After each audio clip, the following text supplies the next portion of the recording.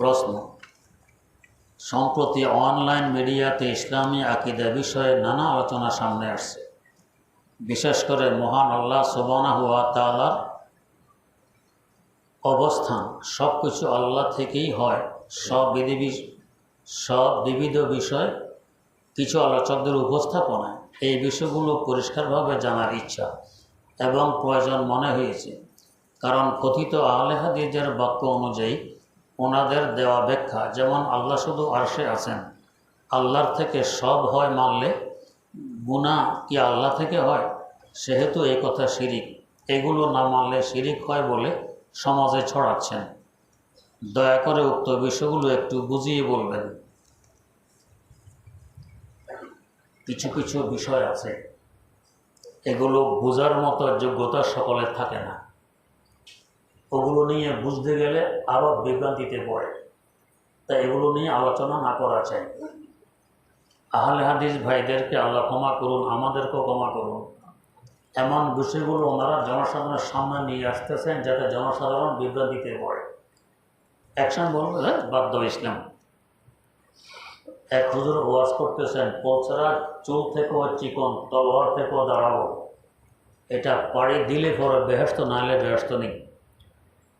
এক বেটা দাঁড়ায় বলে, হুজুর বলেন যে কিছু নাই, এমনি পাড়ি দেওয়া লাগবে। চুল থেকে চিকন, তলোয়ার থেকে দাঁড়াবো তো আছে কি? এটাই বলেন যে কিছু নেই, এমনি ফাড়ি দিতে হবে, এই ফাড়ি বেহেশত। তো এই যে আল্লাহ পাক আরশে আছেন কেন? সুম্মাস্তাওয়া আলাল আরশ, একটা আয়াত আছে, সুম্মাস্তাওয়া আলাল আরশ, এখানে আরশের কথা আছে, তাই ওরা বলে আল্লাহ আরশের উপরে আছে। আরেক আয়াত আছে, নাহনু আকরাবু ইলাইহি মিন হাবলিল ওয়ারিদ, তোমাদের হার্টের সাথে যে মোটা মোটা কতগুলো রগ আছে, এই রগগুলো তোমার যত কাছে, আমি আল্লাহ তোমার আরও কাছে। তো এই হিসাবে আল্লাহ আমার ভিতরে নেই। তাহলে ওই আয়াতের যদি শুধু অর্থ সামনে এনে বলেন আল্লাহ আরশে আছে, এই আয়াতের অর্থ সামনে আনতে বলতে হবে আল্লাহ আমাদের ভিতরে আছে, এটা মানে না কেন? তেমনিভাবে আল্লাহ বলেন ইন্নাল্লাহা মাআস সাবিরিন, আল্লাহ ধৈর্যশীলদের সাথে থাকেন নিঃসন্দেহে। ইন্না তাকি, তো কোনো এক কাজে আমি ধৈর্য ধারণ করলাম, আল্লাহ এখন আমার সাথে আছেন। তো যদি আরশ থাকে, আমার সাথে থাকে, তো আল্লাহ কয়জন? এটা তো আয়াত, ইন্নাল্লাহা মাআস সাবিরিন। আরেক আয়াতে আছে ওয়া হুয়া মাআকুম আইনামা কুনতুম, বান্দা তুমি যেখানেই থাকো আমি আল্লাহ তোমার সাথে আছি। আমি যেখানে থাকি আল্লাহ আমার সাথে আছেন, আমার সাথে তো আরশ খালি। এগুলো বোঝার মতো যোগ্যতা সকলের নেই। এই ধরনের মশালা সামনে না আনাই ভালো, কিন্তু এরা বিভ্রান্তি ছড়ানোর জন্য এই কাজগুলো করে থাকে। আল্লাহ পাক হেফাজত করো। তেমনিভাবে সব কিছু আল্লাহ থেকে হয়, তাহলে গুনাহ আল্লাহ থেকে আর বলে শিরিক। যা সব কিছু সৃষ্টিকর্তা কে? আল্লাহ না? আল্লাহ। তো মদ খাওয়া যে হারাম, মদের সৃষ্টিকর্তা কে? আল্লাহ। তো তাহলে হারাম যে সৃষ্টি করলেন, আমি খাইলে গুনাহ, সৃষ্টি করলে গুনাহ হয় না? অপরাধ তো আল্লাহর উপরে, এটা জবাব দিয়ে দিবে। এগুলো সকলের বোঝার বিষয় নয়। প্রশ্ন, কিছু ভিন দেশে অবস্থিত আহলে হাদিস দাবি করেছেন এবং হানাফি আলেমদের চ্যালেঞ্জ করেছেন যে হাকিমুল উম্মত মুজাদ্দিদুল মিল্লাত শাহ আশরাফুল থানভী রহমাতুল্লাহ আলাইহি নাকি ওনার মুরিদানদের লা ইলাহা ইল্লাল্লাহ চিশতিয়া রাসূলুল্লাহ পড়াইতেন, বা ওনার মুরিদরা এই কালিমা ওনার সামনে পড়তেন, কিন্তু উনি বাধা দিতেন না। আলিয়াযুবিল্লাহ, ডা মিথ্যা কথা। 1000% উপরে বললেও ভুল হবে না, যেটা মিথ্যা কথা। এই ধরনের কথা থানভী সাহেব বললে হিন্দুস্তানের লক্ষ কোটি মুসলমান থানভীকে জিন্দা রাখত, অথচ হযরত থানভীর অনুসারী লক্ষ লক্ষ আলেম ওলামা। এই দেশেরও বড় বড় মাদ্রাসাগুলো তার মুরিদদের হাতে প্রতিষ্ঠিত। ঢাকার প্রসিদ্ধ বড় মাদ্রাসা লালবাগ মাদ্রাসা হাফেজ হুজুরের খলিফা, থানভী সাহেবের খলিফা হাফেজ হুজুরের হাতে প্রতিষ্ঠিত।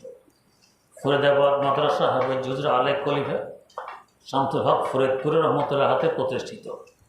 কামরাঙ্গীরচর জামিয়া নুরিয়া হাফিজ হুজুরের হাতে প্রতিষ্ঠিত। জামিয়া এমদাদিয়া কিশোরগঞ্জ থানভী সাহেবের আরেক খলিফা হযরত মাওলানা আথরাই রহমতুল্লাহর হাতে প্রতিষ্ঠিত। বাংলাদেশের সবচেয়ে বড় মাদ্রাসা হাটহাজারী মাদ্রাসা। এই প্রতিষ্ঠিত হজরত মাওলানা হাবিবুল্লাহ রহমতুল্লাহ থানভী সাহেবের মুরিদ ছিলেন। ফেনীর সবচেয়ে বড় মাদ্রাসা সরস্বতী মাদ্রাসা হজরত থানভীর খলিফা সফি নূর বক্স রহমতুল্লাহের হাতে প্রতিষ্ঠিত। এইভাবে বাংলাদেশের বড় বড় মাদ্রাসাও দেখুন ওনার খলাফাদের হাতে প্রতিষ্ঠিত। ইসলাম এরা এখনও জিন্দা রেখেছে। আর উনি যদি বলে লা ইলাহা ইল্লাল্লাহ চিশতিয়া রাসূলুল্লাহ, এই কথা কল্পনা করা যায়? এটা 1000% যদি বলি ভুল হবে না, মিথ্যা কথা। প্রশ্ন, ইমাম রব্বানী রশিদ আহমদ গঙ্গুর রহমতুল্লাহ বলেছেন আল্লাহ মিথ্যা কথা বলতে পারেন। আলিয়াজবিল্লাহ, আল্লাহ রাব্বুল আলামিন মিথ্যা কথা বলতে পারেন না পারেন সকলের বুঝের ঊর্ধ্বের কথা। এগুলো জনসাধারণের সামনে এসে ছিঁড়ছাড় করা বৈধ নয়। প্রশ্ন, দেওবন্দিরা বলে দারুম দেওবন্দের প্রথম দর্শ যে ডালিম গাছের নিচে দেওয়া হয়েছিল সে জায়গা নাকি বরকতপূর্ণ, সে গাছের নিচে কঠিন কিতাব পড়লে সহজে বুঝে আসে। কোনো জায়গা বা বস্তুকে বরকতপূর্ণ বিশ্বাস করা নাকি শিরিক। আলিয়াজুবিল্লাহ, বাইতুল্লাহ শরীফ বরকতের জায়গা কিনে বিশ্বাস করলে শিরিক হবে?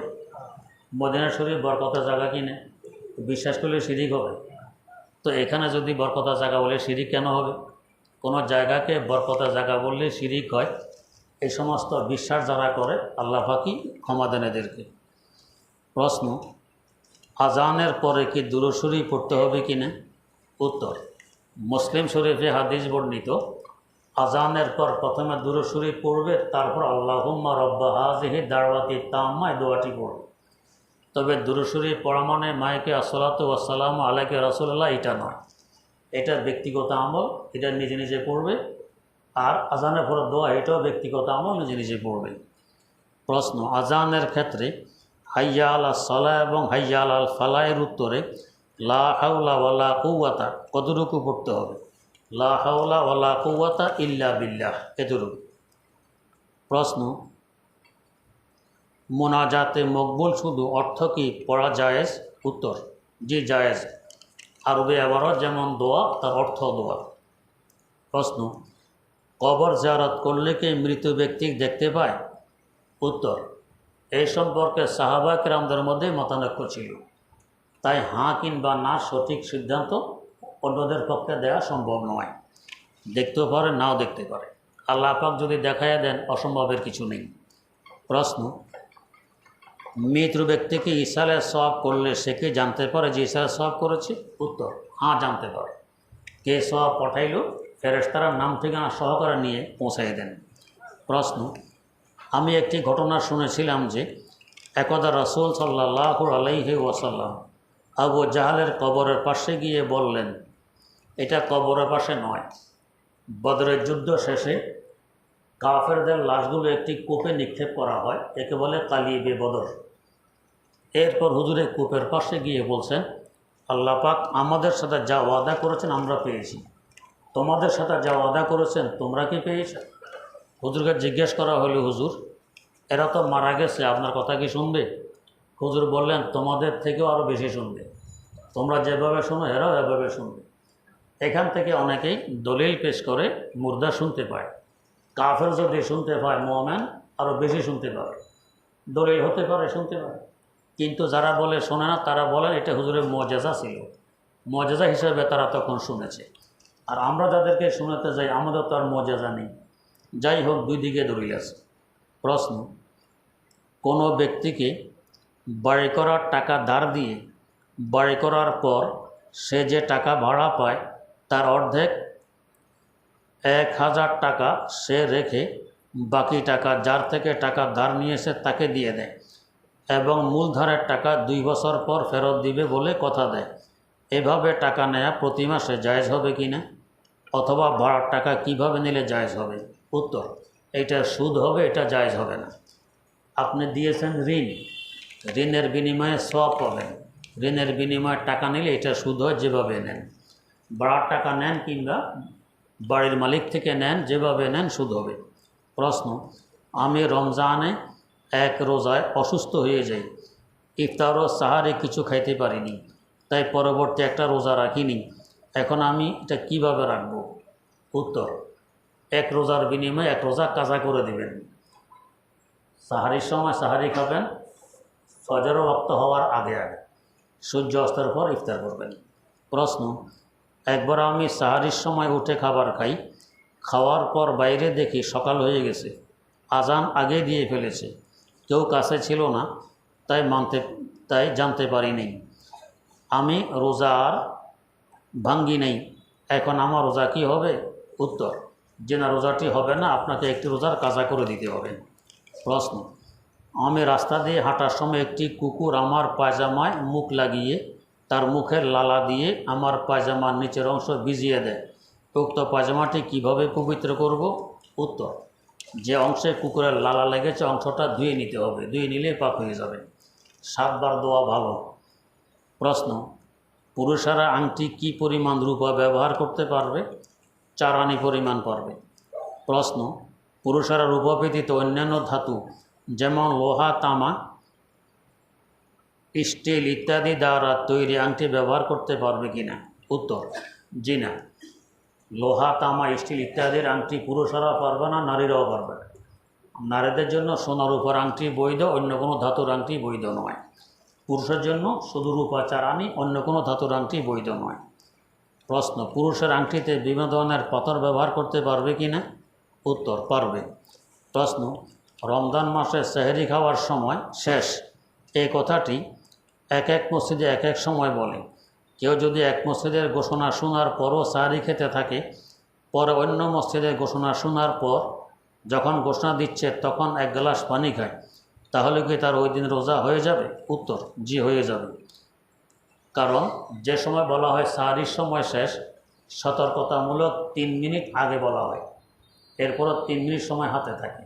বিভিন্ন মসজিদে বিভিন্ন সময় যে বলে, গড়ির সময় একটু ব্যবধান থাকে, তবে 3 মিনিট ব্যবধান থাকে না।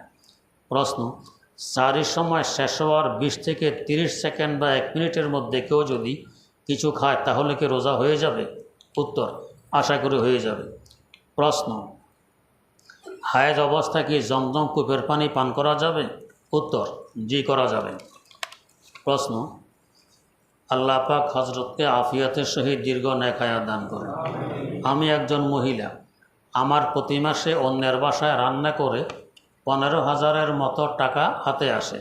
সেই টাকা স্বামী বৃদ্ধ, তাকে সহ ভাই বোন আত্মীয় স্বজনকে অভাবের কারণে দিয়ে দিতে হয়।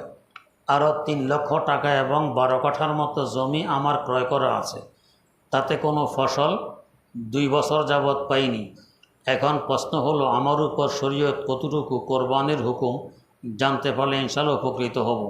বিশেষ দ্রষ্টব্য, 3 লক্ষ টাকা আমার কাছে নেই, যার কাছে আসে জানি না কবে পাব, কোনো নিশ্চিত তারিখ আমাকে দেয় না। উত্তর, যদি এই টাকা পাওয়ার আশা আছে, কবে পাবেন তা জানা নেই, তাহলে কোরবানিও করা লাগবে, জাকাতও দিতে হবে। তবে এখন জাকাত দেওয়া আবশ্যক না, টাকা হাতে আসতে পিছনের বছরগুলো হিসাব করে জাকাত দিয়ে দেওয়া লাগবে। আর যদি আশা ছেড়ে দেন যে আর পাবো না, তাহলে কোরবানি ওয়াজিব হবে না, জাকাতও দিতে হবে। পরে যদি চলে আসে তখন আবার হিসাব করে পিছনে জাকাত আদায় করা লাগবে। প্রশ্ন, অ্যালকোহলযুক্ত আতর কিংবা পারফিউম ব্যবহার করে কি নামাজ আদায় করলে নামাজের কোনো ক্ষতি হবে? উত্তর, জি না, ক্ষতি হবে না। কারণ আগের যুগে পারফিউম বানানো হইতো যেখানে অ্যালকোহল ইত্যাদি মিশ্রিত থাকে মদ থেকে। মদ হারাম, নাপাক, তাই পারফিউমও নাপাক। কিন্তু মদ তৈরি করা হয়তো আঙ্গুরের রস থেকে। আঙ্গুরের দাম বেশি, রসের দাম বেশি, মদেরও দাম পড়ে বেশি, তাই এরপরে মদ বানানো শুরু হয় খেজুরের রস, চাল, গম, বাজরা, ভুট্টা ইত্যাদি থেকে। এখন এগুলোরও দাম বেশি।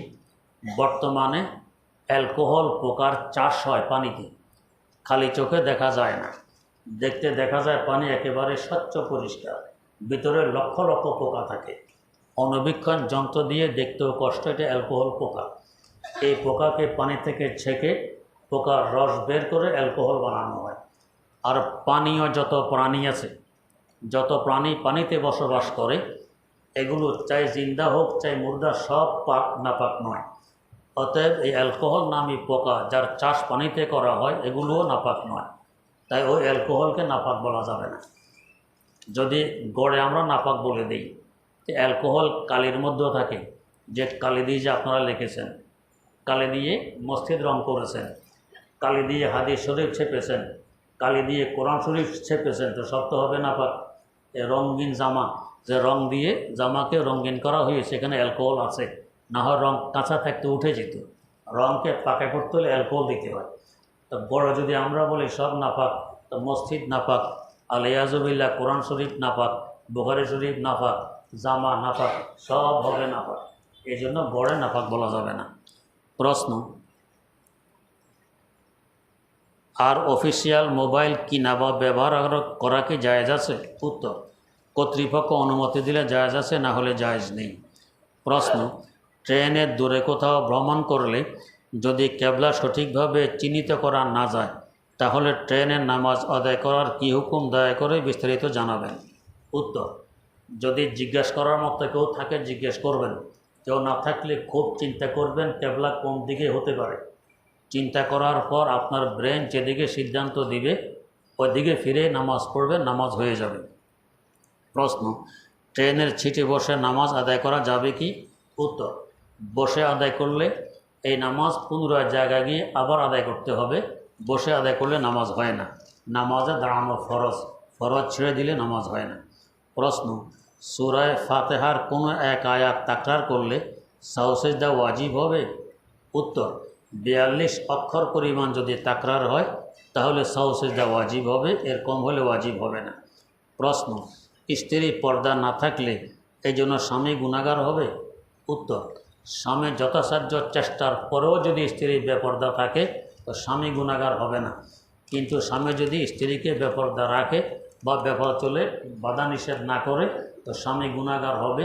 এই ধরনের স্বামীকে দয়ুস বলা হয়েছে। প্রশ্ন, রমজান মাসে আমি একটি কোম্পানিতে চাকরির জন্য ভাইবা দেই। কোম্পানিটা ইসলামিক ছিল, তাই এখানে চাকরি করার তীব্র ইচ্ছা হয়। মনে মনে তখন এই নিয়ত করি যে এখানে চাকরি হলে বাসার সবাইকে ইফতার করাবো। আলহামদুলিল্লাহ সেই কোম্পানিতে চাকরি হয়, কিন্তু সেটা রমজান ঈদের পর, তাই আর ইফতার করানো হয়নি। প্রশ্ন হলো, বাসায় আগে যাদের সাথে থাকতাম তারা অনেকে এখন সেই বাসায় থাকে না, এমনকি আমিও সেই বাসায় থাকি না। বাসা বলতে 10-12 জনে মিলে একটা ফ্ল্যাট ভাড়া করে থাকতাম, অনেকের সাথে এখন কোনো যোগাযোগ নেই। যাই হোক, বাসার সবাইকে ইফতারি করাবেন বলেছেন, এখন খোঁজখবর নিয়ে একসাথে করে রমজানে ইফতার করাই দিবেন। আর যদি খোঁজখবর নিয়েও পাওয়া না যায় তো এই পরিমাণ টাকা আল্লাহ রাস্তায় সদকা করে দিবেন গরিব মিসকিনকে। প্রশ্ন, আমি একজন ছাত্র, আমি অন্য এক ছাত্রের সাথে বহুদিন কথা বলি না, কারণ যদি কথা বলি তাহলে কবিরা গুনাহ হওয়ার আশঙ্কা আসে। কিন্তু হুজুর কিছুদিন পর পর দুইজনকে মিলিয়ে দেয় এবং কথা না বললে হুজুরও অসন্তুষ্টি হয়। আমি হুজুরকে গুনাহের কথা বলতে লজ্জা লাগে, এতে কি আমার গুনাহ হবে? উত্তর, হুজুর বলল আপনি সাথে সাথে কথা বলবেন না, বরং প্রয়োজনে শিক্ষার প্রতিষ্ঠান পরিবর্তন করে ফেলবেন, এতে আপনার দিন দুনিয়া উজ্জ্বল হবে। আর যদি এখানে থাকেন আর কথা বলতে হয়, দিন দুনিয়া সব ধ্বংস হবে। আল্লাহ হেফাজত করুন।